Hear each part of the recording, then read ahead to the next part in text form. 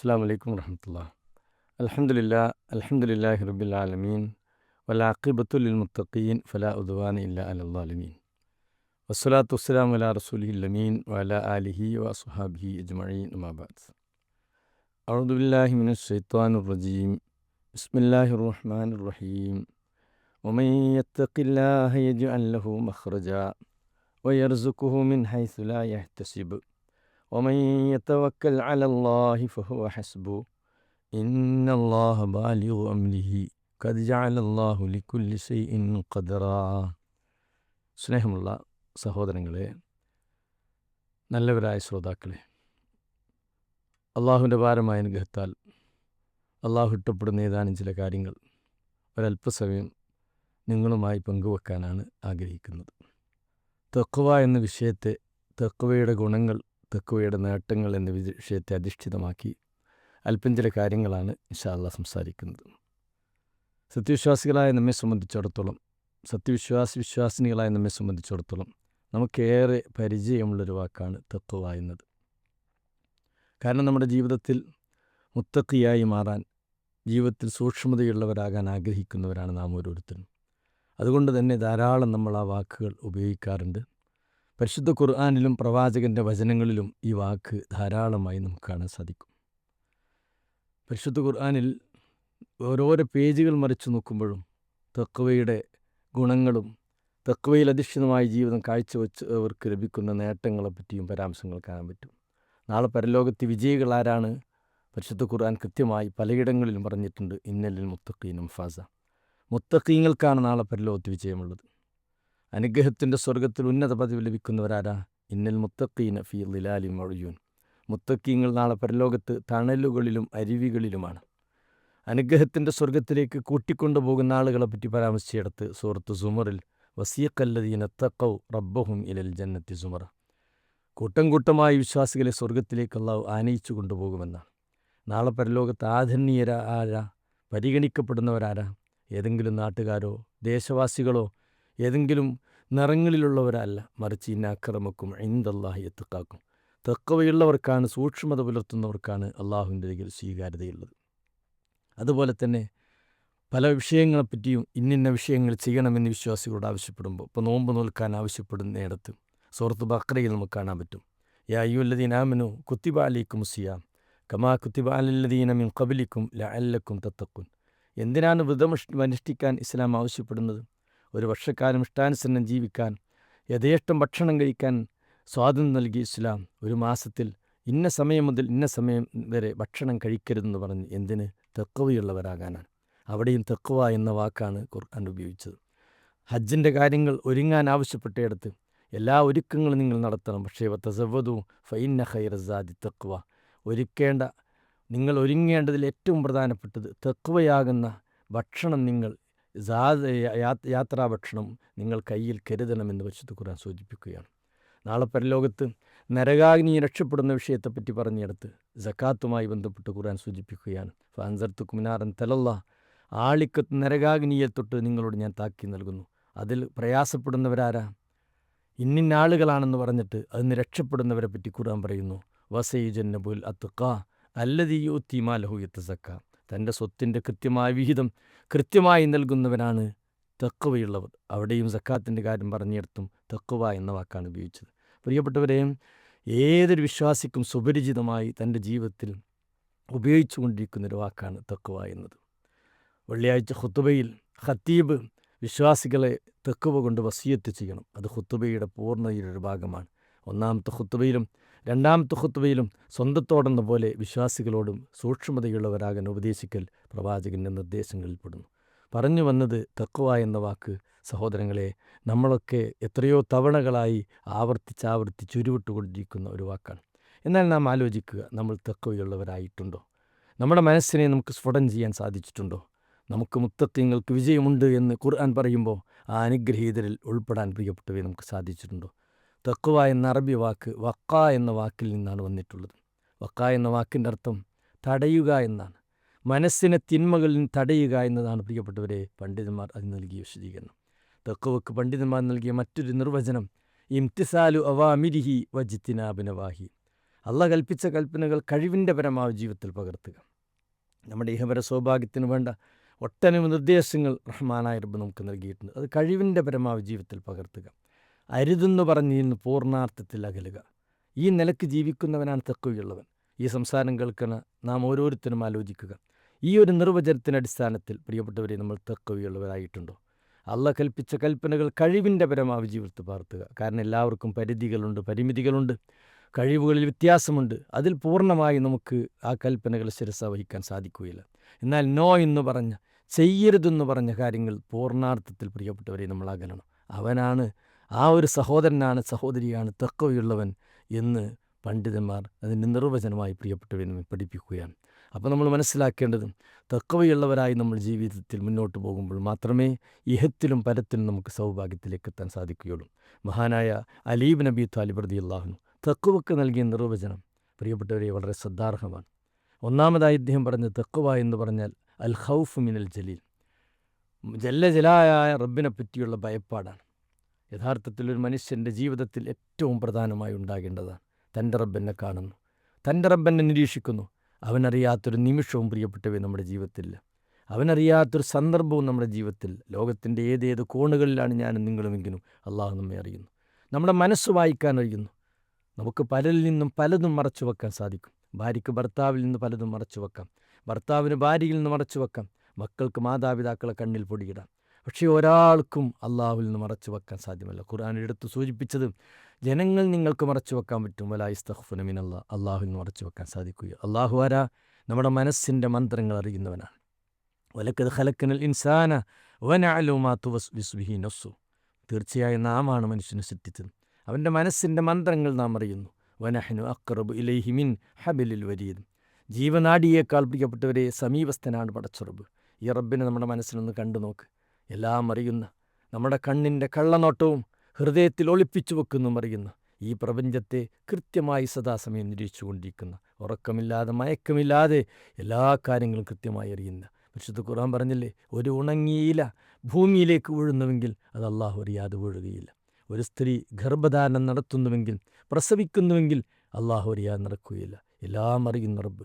ഈ റബ്ബിനെ പറ്റിയുള്ള കൃത്യമായൊരു ഭയപ്പാടാണ് തഖ്വയുടെ അടിസ്ഥാനമെന്ന് അലി ഇബ്നു അബീ ത്വാലിബ് റളിയല്ലാഹു അൻഹു പറയുകയാണ്. നമുക്കറിയാം, മഹാനായ പ്രവാചകൻ സല്ലല്ലാഹു അലൈഹി വസല്ലം ഒരു ഉമ്മത്തിനെ പരിവർത്തിപ്പിച്ചത് ഈ ഒരു വിശ്വാസത്തിലേക്ക്, ഈ ഒരു ഉയർച്ചയിലേക്ക് തൻ്റെ ഉമ്മത്തിനെ കൈപിടിച്ചു കൊണ്ടുവന്നുകൊണ്ടാണ്. കാരണം എന്താണെന്ന് വെച്ചാൽ, മഹാനായ പ്രവാചകൻ തിരുമേനി കടന്നു വന്നപ്പോൾ ആ സമൂഹത്തിൻ്റെ അവസ്ഥ വളരെ പരിതാപകരമായിരുന്നു.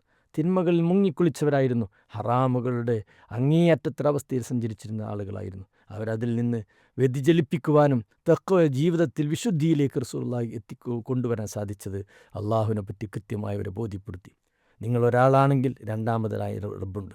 ഖുർആൻ അവരോട് സംസാരിച്ചു, മായക്കുനു മിൻ നജ്വാ സലാസത്തിൻ ഇല്ലാഹു റാബിഉഹും വലാ ഖംസത്തിൻ ഇല്ലാഹു സാദിസും. നിങ്ങൾ രണ്ടുപേരാണോ?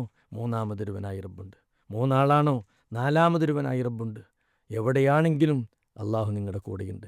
ചെറുസംഘമാണെങ്കിലും വലിയ സംഘമാണെങ്കിലും അള്ളാഹു ഉണ്ട്.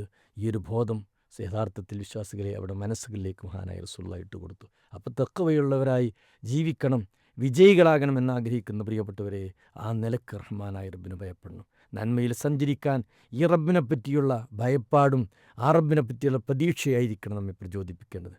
എല്ലാവരും സുഖസുന്ദരമായി കിടന്നുറങ്ങുമ്പോൾ ഒരടിയൻ ഉണർന്നെണീറ്റ് നമസ്കരിക്കുന്നു. എന്താണ് അവൻ്റെ പ്രചോദനം? ഖൗഫും വത്തമഅ, ഈ റബ്ബിൻ്റെ മുന്നിലേക്ക് എനിക്ക് എത്തിപ്പെടണം, ആ റബ്ബിൻ്റെ തൃപ്തി കിട്ടിയ ലോകത്തോട് എനിക്ക് യാത്ര പറയണം. ഇതായിരിക്കണം പ്രിയപ്പെട്ടവരെ നമ്മെ പ്രചോദിപ്പിക്കേണ്ടത്.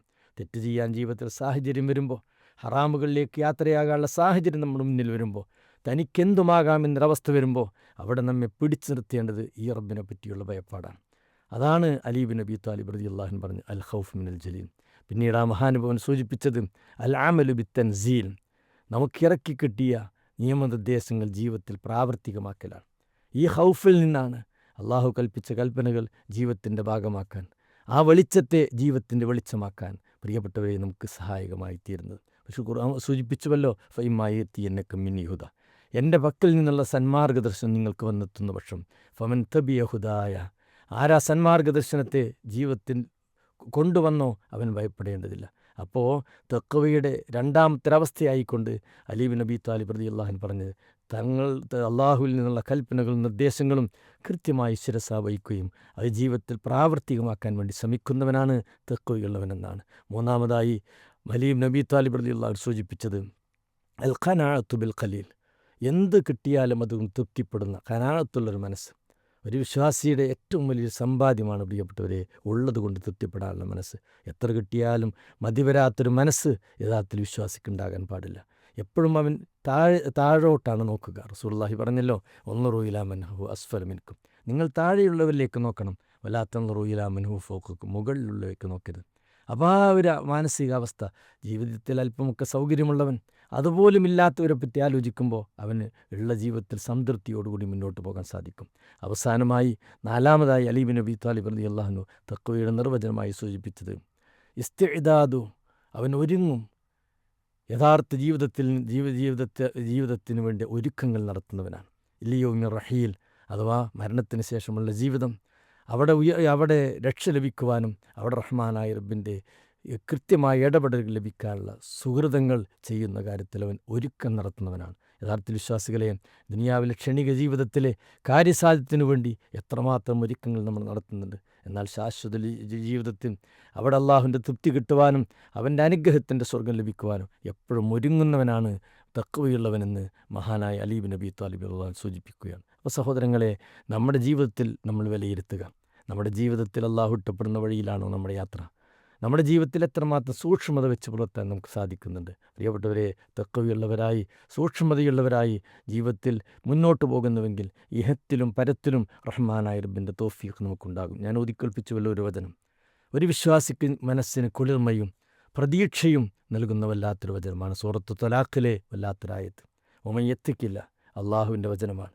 ഈ പ്രപഞ്ചത്തെ അണിയിച്ചൊരുക്കി നമുക്ക് വേണ്ട എല്ലാ സൗകര്യങ്ങളും ഈ ലോകത്തൊരുക്കി തന്ന അള്ളാഹുവിൻ്റെ വാക്കാണ്. ആരല്ലാഹനെ സൂക്ഷിച്ചുകൊണ്ട് ജീവിക്കുന്നുവോ, ഒമയ്യത്തക്കില്ല യജ്അൽ ലഹു മഖ്റജ, അള്ളാഹുവിന് തുറവി നൽകുമെന്ന ഈ ആയത്തിൻ്റെ വിശാലമായ അർത്ഥ താല്പര്യം പ്രിയപ്പെട്ടവരെ, എല്ലാ കാര്യങ്ങളിലും അള്ളാഹുവിൻ്റെ ഇടപെടലുകൾ ഉണ്ടാകുമെന്ന്. ആരല്ലാഹനെ സൂക്ഷിച്ചുകൊണ്ട് ജീവിക്കുന്നുവോ അള്ളാഹു തുറവി നൽകുമെന്ന് പറഞ്ഞാൽ നമ്മുടെ ജീവിതത്തിൽ ഇത്തരം സംസാരങ്ങൾ കേട്ടുകൊണ്ടിരിക്കുമ്പോൾ പലപ്പോഴും പ്രിയപ്പെട്ടവരെ, നമ്മുടെ ബുദ്ധിനിവിയായ പല വിഷയങ്ങൾ നമ്മളെ പ്രയാസപ്പെടുത്തിക്കൊണ്ടിരിക്കുന്നു. മക്കളുടെ കാര്യത്തിൽ ആശങ്കയിൽ കഴിയുന്നവരുണ്ട്, സാമ്പത്തിക വിഷയത്തിൽ ആലോചനയിലും പ്രയാസങ്ങളിലും കഴിയുന്നവരുണ്ട്, അതുപോലെ തന്നെ അസുഖമാണ്, ചികിത്സിക്കാൻ കയ്യിൽ കാശില്ലാത്ത കാര്യത്തിൽ വിഷമിക്കുന്നവരുണ്ടാകാം. വീടുമായി ബന്ധപ്പെട്ട് ഒട്ടനവധി പ്രശ്നങ്ങൾ നമ്മുടെ ജീവിതത്തിൽ അലട്ടിക്കൊണ്ടിരിക്കുന്നു. എന്നാൽ അള്ളാഹു പറയാണ്, അള്ളാഹനെ ഭയന്ന് അവനെ സൂക്ഷിച്ച് അവൻ്റെ വിധിവിലക്കുകൾ കൃത്യമായി മാനിച്ചുകൊണ്ട് നമ്മൾ ജീവിക്കുമ്പോൾ പ്രിയപ്പെട്ടവരെ, കരുണാവാരിധിയായ റബ്ബിൻ്റെ ഇടപെടലുകൾ നമ്മുടെ ജീവിതത്തിലുണ്ടാകും. വല്ലാത്ത മനസ്സിന് കുളിർമ നൽകേണ്ട ഒരു ആയത്ത്. ഓമയ്യത്തക്കില്ല, ആരല്ലാഹുവിനെ സൂക്ഷിച്ചുകൊണ്ട് ജീവിക്കുന്നുവോ. എന്നാൽ ഈ ആയത്തിൻ്റെ ഒരു മറുവശം എന്താണ്? സൂക്ഷ്മതയില്ലാതെയാണ് നമ്മൾ മുന്നോട്ട് പോകുന്നതെങ്കിൽ, അള്ളാഹുവിനെ മറന്നാണ് നമ്മൾ സഞ്ചരിക്കണമെങ്കിൽ പ്രിയപ്പെട്ടവരെ, അള്ളാഹുവിൻ്റെ ഇടപെടലുകൾ ഉണ്ടാവില്ല, മഖ്റജ് നൽകൂല, അള്ളാഹു നമുക്ക് നമ്മുടെ ജീവിതത്തിൽ തുറവി നൽകില്ല എന്ന വലിയൊരു അർത്ഥ താല്പര്യം കൂടി നമ്മൾ മനസ്സിലാക്കേണ്ടതുണ്ട്. ഈ ആയത്ത് സൂറത്തു തലാഖിലാണ്. നമുക്കറിയാം, അള്ളാഹുവിനെ ഭയന്ന് ജീവിച്ച എത്രയോ വിശ്വാസികൾക്ക് റഹ്മാനായ റബ്ബിൻ്റെ കൃത്യമായ ഇടപെടലുകൾ നൽകിയതായി നമുക്ക് ഖുർആൻ നമ്മെ പഠിപ്പിക്കുന്നുണ്ട്. മഹദിയായ മറിയം ബീവി റളിയല്ലാഹു അൻഹ, അള്ളാഹുവിൻ്റെ കുദ്റത്തിനാലാണ് മറിയം ബീവിയുടെ വയറ്റിൽ ഈസാ അലൈഹി സ്വലാത്തു വസ്സലാം രൂപപ്പെടുന്നത്. പ്രിയപ്പെട്ടവരെ, വല്ലാതെ വേദനയിലേക്ക് മറിയം ബീവി ആയിപ്പോവുകയാണ്. എന്തുകൊണ്ടാണ്? തൻ്റെ വയറ്റിൽ കിടക്കുന്ന കുഞ്ഞ് അള്ളാഹുവിൻ്റെ കുദ്റത്ത് കൊണ്ടാണ് ഉണ്ടായത് എന്ന് ലോകർക്ക് പറഞ്ഞാൽ മനസ്സിലാകില്ല. അവിടുത്തെ ശത്രുക്കളും അതുപോലെ തന്നെ വിരോധികളുമായ ആളുകൾ മറിയം ബീവിയെ വല്ലാതെ വിഷമിപ്പിക്കുവാനും പ്രയാസപ്പെടുത്തുവാനും ശ്രമിക്കുകയാണ്. ഓരോരുത്തർ വന്ന്, യാ മറിയമ്മേ, നിൻ്റെ മാതാപിതാക്കൾ നല്ലവരായിരുന്നല്ലോ, അവർ നന്മയുടെ വഴിയിൽ സഞ്ചരിച്ചവരായിരുന്നല്ലോ, നീ എന്തീ വേണ്ടാത്തരം ചെയ്യുന്നവരായി എന്ന് പറഞ്ഞ് വേദനിപ്പിക്കുന്ന വാക്കുകൾ പറയുന്നു. പ്രിയപ്പെട്ടവരെ, ഒരു സ്ത്രീ പ്രാർത്ഥിക്കുകയാണ്, ഞാൻ ഈ പ്രസവിക്കുന്നതോടുകൂടി മരിച്ചു പോയെങ്കിൽ വകുന്തുനസിയും മനസ്സിയ. നമ്മൾ മനസ്സിലാക്കേണ്ടത്, മറിയം ബീവിയുടെ കാര്യത്തിൽ റഹ്മാനായ റബ്ബ് ഇടപെടുകയാണ്. അള്ളാഹു സുബ്ഹാനഹു വ തആല മറിയമിൽ കണ്ട ഏറ്റവും വലിയൊരു ഗുണം എന്താണെന്നോ, ജീവിതത്തിൽ വിശുദ്ധി കാത്തു സൂക്ഷിച്ചു എന്നതാണ്. മറിയം ബീവി വിജനമായൊരു സ്ഥലത്ത് പ്രാർത്ഥനാ നിരതരായിരിക്കുമ്പോൾ സൂറത്ത് മറിയമിൽ ആ വിഷയം കൃത്യമായി പ്രതിപാദിച്ചായി കാണാൻ പറ്റും. വദ്കുർ ഫിൽ കിതാബി മറിയം ഇദ് ഇൻതബഅത് മിൻ അഹ്ലിഹാ മക്കാന ശർഖിയ.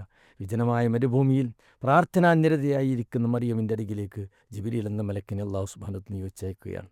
ജിബ്രീൽ എന്ന മലക്ക് മനുഷ്യരൂപത്തിൽ തൻ്റെ മുന്നിൽ വന്നു നിന്നപ്പോൾ മറിയം അലൈഹി സ്വലാത്തു വസ്സലാം പ്രതികരിക്കുകയാണ്. ഖാലത്ത് ഇന്നി അഊദു ബിർറഹ്മാൻ മിൻക ഇൻ കുന്ത തഖിയ. നീ അള്ളാഹുവിനെ പേടിയുള്ളൊരു മനുഷ്യനായ ഒരാളാണെങ്കിൽ എന്നെ വിഷമിപ്പിക്കല്ലേ, എന്നെ ദേഹോപദ്രവമേൽപ്പിക്കല്ലേ. പ്രിയപ്പെട്ടവരെ, തൻ്റെ മുന്നിൽ വന്ന് നിൽക്കുന്നത് ജിബിരിൽ എന്ന മലക്കാണെന്ന് മറിയമിന് അറിയുന്നില്ല. ഏതോ ഒരു ദുരുദ്ദേശത്തോടു കൂടി കടന്നു വന്നൊരു മനുഷ്യൻ എന്ന നിലക്കാണ് പെട്ടെന്ന് പ്രതികരിക്കുന്നത്. അള്ളാനെ പേടിയുണ്ടോ താങ്കൾക്ക്?